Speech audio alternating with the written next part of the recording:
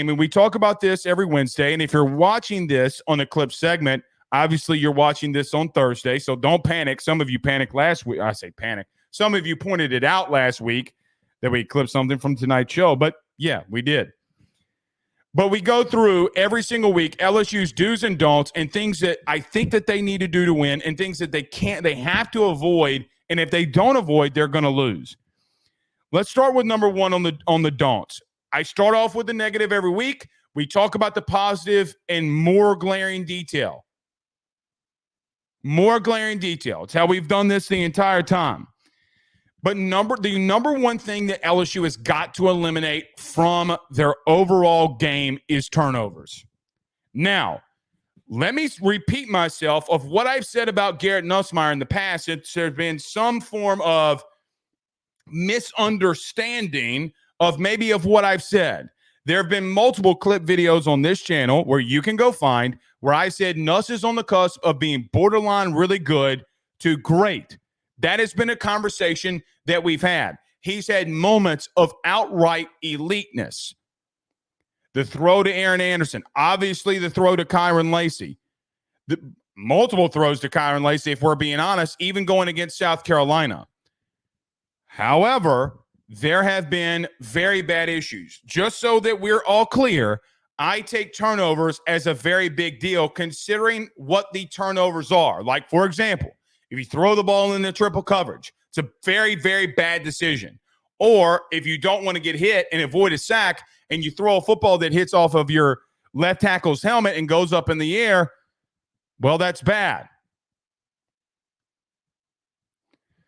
Guys, regardless of what you believe about Nuss, whether you think he's a borderline first-round pick or he is a first-round pick or whatever you believe about him, guys, I don't care if you think he's one of the best quarterbacks to ever be here. He probably and arguably is going to go down as one of the better ones. That's just the overall truth. But the number one thing that you got to avoid against Arkansas is turnovers. Here's why it's massive going into this game. Guys, 2 weeks ago against Tennessee, let me read you the first 3 drives for Arkansas. They had situations in drives where they had a 16-play drive against Tennessee, which, by the way, their defense is pretty legit. That front seven for Tennessee is pretty legit. It ate up 9 minutes and 12 seconds of the clock. So if you give Arkansas the football, guys, their game plan is to play keep away from you. Ground and pound, get Taylon Green out to the perimeter, go in some huddle-type situations, and move the football methodically down the field. They have not hit many explosive plays on the year. They've hit a couple. Zatanga, their big wide receiver, who's really fast, has gotten a couple of them. Because the drives that they had to start off against Tennessee are 16 plays, 7 plays, 13 plays. 9 minutes, 5 minutes, and 8 minutes.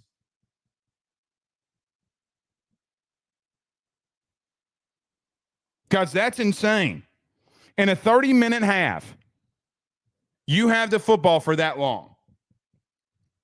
So why the turnovers are that massive? Because they're going to try to keep away from you. And if you can't get the football back, what happened against Vandy or what happened against Bama against Vandy a couple of weeks becomes a very realistic thing. Now, I don't think that it is going to get that bad. I don't. Brian Kelly knows how to manage a game inside the game. He's been doing it too long to do it. But when you turn the football over, like what Alabama did a couple of weeks against Vandy, and teams want to keep the ball away from you, it's a bad recipe for success, and it's what keeps teams close. You know, in the beginning of the season, or when we played them last year, remember Jane threw an interception, and why they were able to hold on to the ball as long as they could. Now, your defense sucked and couldn't get a stop. This one can get a stop, and they have. They've gotten a lot of stops. Every time that you've turned the football over, guys, they've made stops. We'll talk about that at number 2 on something. My fear is that if you continue to have these lapses in judgment that result in turnovers, that Arkansas, who wants to hold on to the football, one of the biggest teams when it comes to time of possession in college football this season. It can be very bad for you.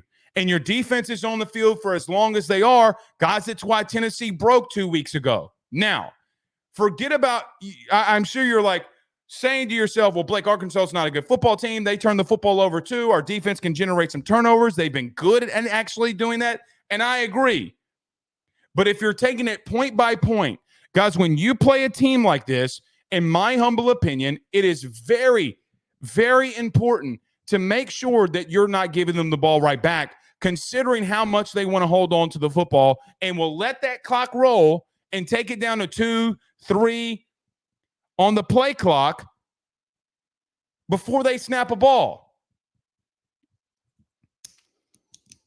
Guys, 4 turnovers in the last 2 weeks, regardless of where it's coming from, regardless if you were throwing interceptions or fumbles.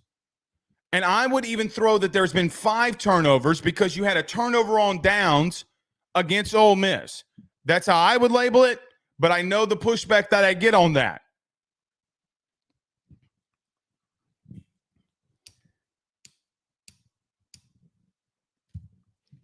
It's got to stop. It's got to stop right now. Because when you go on the road against a team that views you as – I mean, Ty Richardson all but spelled it out last night from our good buddy from ESPN Radio in Arkansas. Guys, I'm not saying that this is their Super Bowl, but damn, it's pretty close up there. They want this game more than you do. And you got to take the crowd out early. It's going to be the number one thing that we talk about in dues.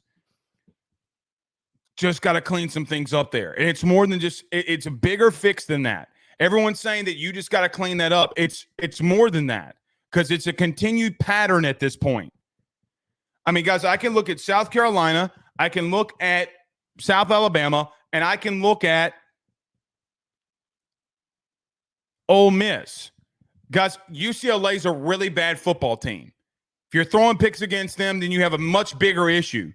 But 3 of the last 4 games that you've had, 6 passes have been intercepted. One of them got called back, and the other one was when Nuss got hit.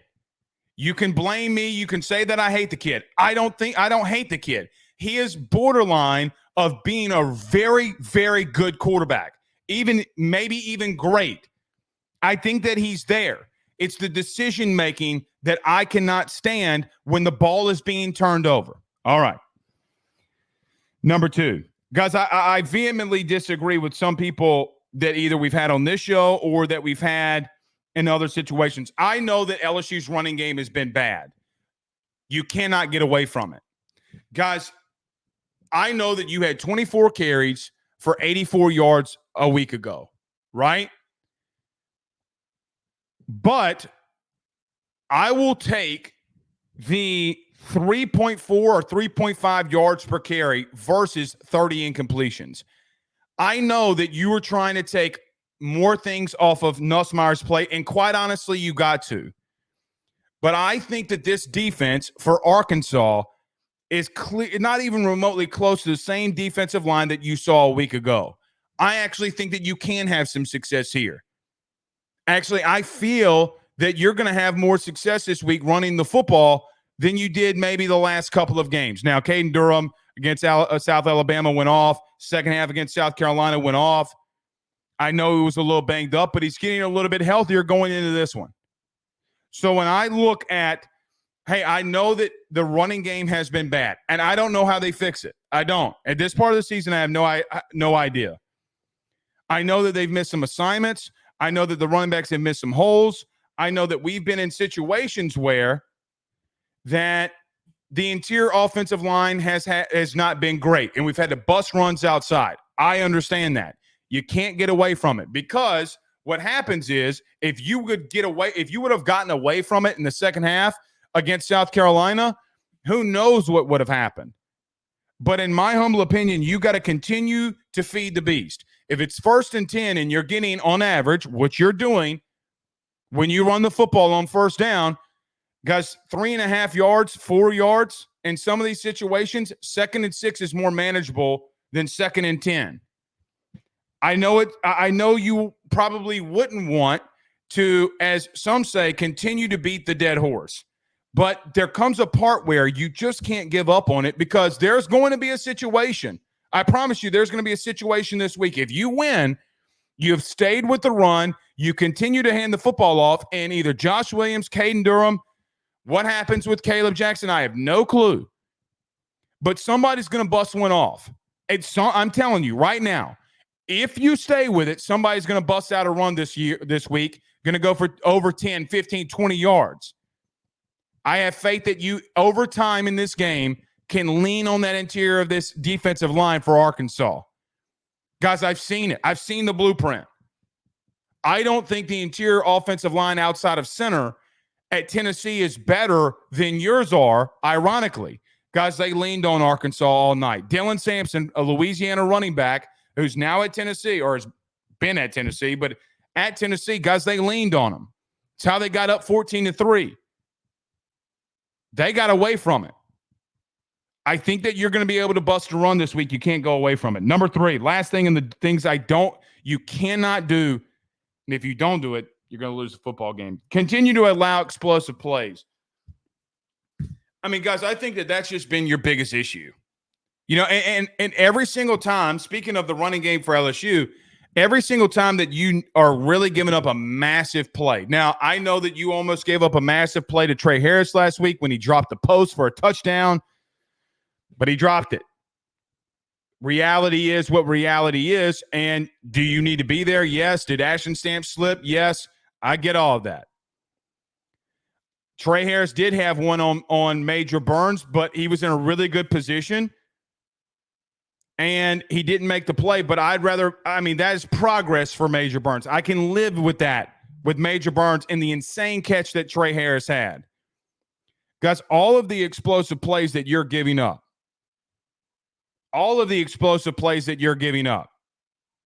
have been mostly in the running game. They've been in the running game. I think of the 15 plays, I probably should have checked this stat out, but we talked about it a lot last week. Guys, of the 13 touchdowns before going into the Ole Miss game that you gave, I mean, what? Well, we know. So they scored. So you've given up 15 total touchdowns, and they had a pass, and we had a run. 7 of them have been explosive run plays. It's not good, man. It's not good. Most of them coming over 20 yards. You got Ulysses Bentley going for 50. You have Lenore Sellers going for 75. You have Rocket Sanders going for 60. You have what was the kid from Nichols? Guggenheim? Wasn't it Guggenheim? The legend of Guggenheim continues. Guggenheim, who had a 60-yarder?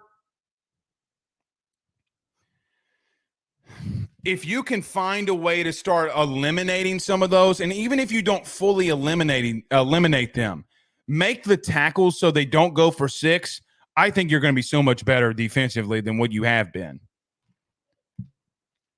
Do I think that Arkansas stresses you in some areas? Yes, I do. I don't think that they're a better offense than Ole Miss. I mean, Taylon Green's had moments where he's been really bad. He's gotten better over the last couple of games that he's played. Much better throwing the football. But, man, if you can eliminate some of these in the running game, golly, you're going to be so much better. So much better. I'm seeing you have progress every single week. All right. Let's go to the 3 things that LSU must do to win this football game. Number 1. So Tennessee was very vanilla in the first half. If you go back and watch that film, they thought that they could get home with 4. They thought that they could do some things specifically. I guess they thought that they were more talented and that they didn't have to worry. You know, Austin Armstrong, the wide receiver from Arkansas, who's actually number 2 in the SEC in receiving yards right now, had a big game against Tennessee. 9 catches, I think 150 yards, maybe a little bit more. I can't remember off the top of my head, but I know he had about 9 catches. Tennessee was very bland defensively to start off the game, and it bit them in the ass. Halftime, it's 3-0 going into that game. But I look at that and see the philosophy of what worked against them, against a pretty good opponent in Tennessee, versus what didn't. Guys, Tennessee was not aggressive enough in the first half, and it bit them in the ass. And you have been very aggressive defensively. The time that you backed off of it was in the second quarter against Ole Miss, and you gave up 2 touchdowns. You got to continue to be aggressive and play your game. You got to have faith in your team. You got to have faith, because if you can't be scared, and Blake Baker is not scared. But again, when you started playing pity pat and started playing some coverage, some off man, it's when Ole Miss started to score. Because it's both touchdowns that were given up when you were just sitting in a more base type of stuff. So, we talked about this a minute ago. Looking at Arkansas, not only at Tennessee, not only against A&M, but every single game that they play, they will meticulously move the ball down the field. They want to play keep away with you. That is going to be their game plan. Gus, last time we saw Arkansas with Taylon Green, they had 2 drives in their opening possessions, 16 plays and 13 plays. You got to get off the field on third down. It's a big key, because they want to get in 3rd and 2, 3rd and 3, 3rd and 4, and make decisions. Majority of the time, it's been running the football to some degree. I am worried about – I think this front seven has played so much better. I do agree with our good buddy Ty Richardson, who was here last night. I do agree that Arkansas has a issue at both tackle spots. But, man, this Arkansas team leans on you so much. They find creases in the running game. They'll just continue to hand the ball off and go full 3 yards in a cloud of dust. It's not Les Miles-ish. Les would just dive you to death. But the philosophy still sometimes remains the same. Guys, you go back and look at old Les Miles box scores, you would see Anthony Jennings with 22 passes, right? Taylon Green this year has only gone over 30 passing attempts against a P4 team once. And that was A&M, because they absolutely had to, because A&M would not let him run the football, a game that they lost. They stacked the box. They trusted their corners. They were very aggressive. They got after Taylon Green, and Taylon Green was 23 of 41 for 279, a touchdown and a pick, and he didn't do anything in the running game. Now, Taylon Green, who we expect now to play, I mean, if you listen to Sam Pittman on the SEC teleconference, I feel pretty confident that he's going to play. I mean, they're going to give it a shot. Something bad would have to happen, and I hope that it doesn't. Matt Zenitz of 247 reported that he is progressing, and it looks like that he's going to play. With that being said, they are going to meticulously move the ball down the field. He will take, to his credit, he will take things that you give him, meaning Taylon Green. Number 2. So I know a lot of you don't like taking the ball first. You hate when Brian Kelly, if he wins a toss, that he receives and doesn't defer. I agree with you. It drives me kind of batshit crazy sometimes too, even though I like going down and scoring first. In this one, in a hostile environment, I wouldn't mind it. If you go down and score and you can keep that crowd hushed and you get a stop defensively early in the game, man, you could really take that crowd out of it. You could really, really take them out of it. You know, something that's ironic, Brian Kelly's been really good at home. He's lost 1 game at home at LSU. Guys, all the other losses, if you think about it, I mean, Tennessee is who you lost to. Tennessee. Alabama came in here, you won. When you go to A&M on the road, you lose. When you go to the SEC championship game, you lose. When you go to a neutral site game against Florida State and USC, you lose. You go to Alabama last year, you lose. Guys, the Tigers have been really good at home. Very good at home. But they, under Brian Kelly, historically, of the losses that he does have, which isn't many, what's it, 7 or 8? Something like that. Majority of them came on the road or not at your place. I think that Arkansas is ready to erupt the way that you were last weekend against Ole Miss. I really believe that. So the way to take the atmosphere out of it is you might need to go down early and score. Maybe play a little keep away from them. I don't know if you can actually do that. Maybe you can. I don't know. But taking them out of the crowd early is something that's massive to me.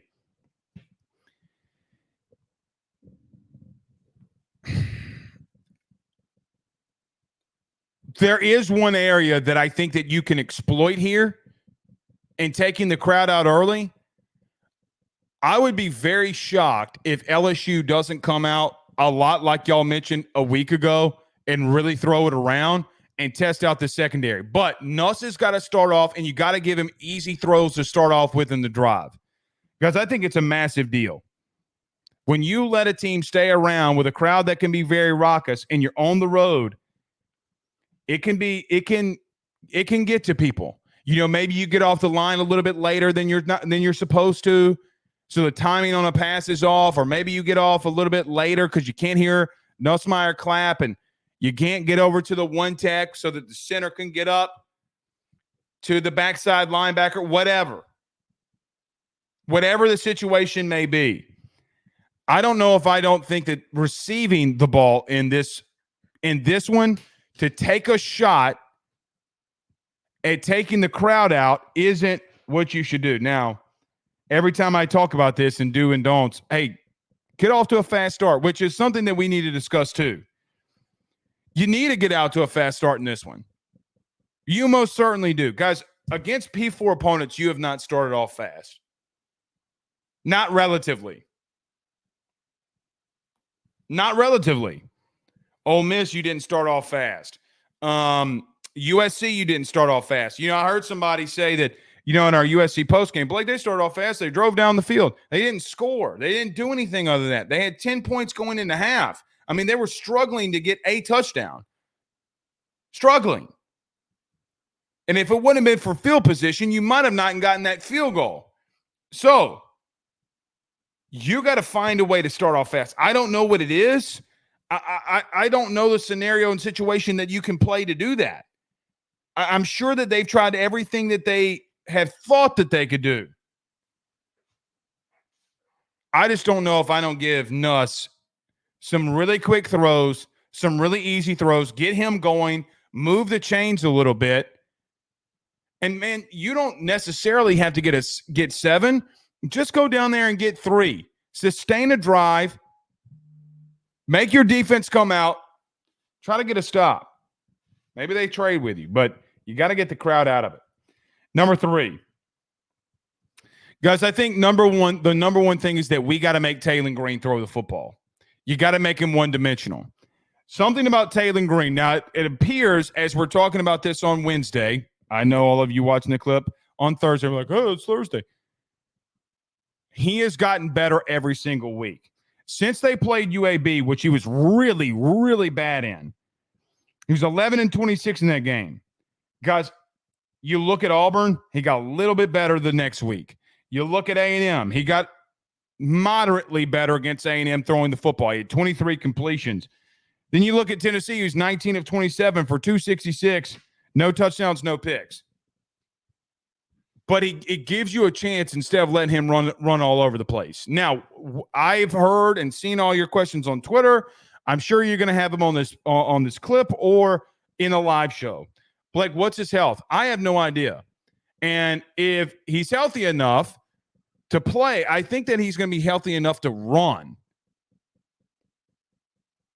Like, I'm sure it's going to wane on him some. I'm sure he's going to be a little gun-shy. But, man, if you make this guy a one-dimensional passer or one-dimensional player, and he's got to beat you through, I would rather lose this football game by saying, Taylon Green, beat us with your arm. Because 2 of these last 4 games that he's had, he didn't get over 50% completion percentage. And then against A&M, he barely got over 50% completion percentage. And then against Tennessee, he's 19 of 27. Not bad, not a bad overall outing. But, guys, those 8 passes, 5 of them that he missed came on 3rd down. So there comes a situation where I look at Taylon Green. What has he been good at? How has he kept Arkansas in a game against A&M, who, man, maybe A&M is better than what we think? He kept them in the game by extending plays and running the football. He's gotten sacked a lot. Teams have gotten after him. But when teams have not been able to bring him down to the ground, he's killed them. Those five carries for -9 yards literally do not tell the entire story. You got to go into that Tennessee game and go and look at some of the plays that he made. They were really good. 2 reads, he got out of there. He got 7, 8, 9, 10 yards, and he got down. Kept the chains moving. If he beats you with his arm, tip of the cap. I know they're coming off a bye week, tip of the cap to Bobby Petrino, but in no way, no how am I letting him run wild on me.